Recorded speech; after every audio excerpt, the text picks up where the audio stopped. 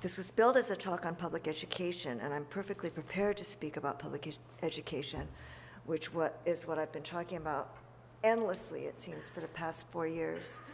And I'd be happy to answer any questions you have about public education in the question and answer.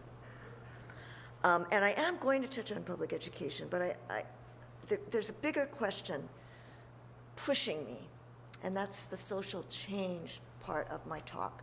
So most of what I say today is going to move in that direction.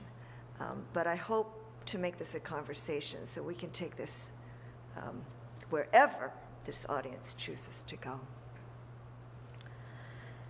The snow is falling on the ground, and beautiful is the face of my beloved.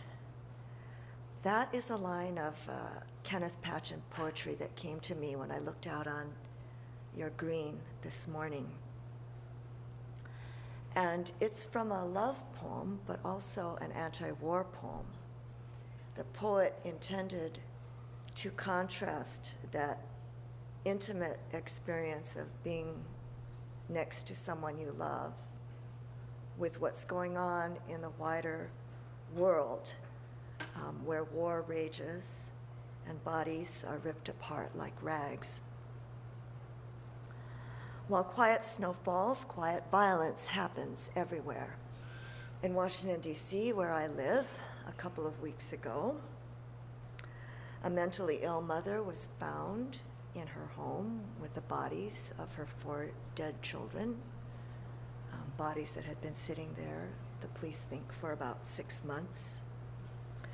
In the nearby suburbs, a child died because he had a toothache, a cavity, that went untreated until it became a brain abscess.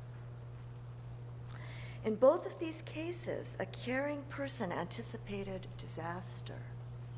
A school social worker called the police. You've got to get into that house. I haven't seen these children in school. Something's wrong. And she called several times, and we have recordings of those phone calls. A legal aid lawyer tried to help the mother of the child with the cavity. She went from dentist to dentist.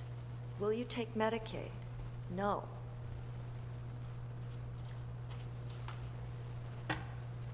So these community caretakers are left to mourn. The press follows up with a series of articles, should have, could have, if only. Our mayor last week fired a handful of child protection service workers and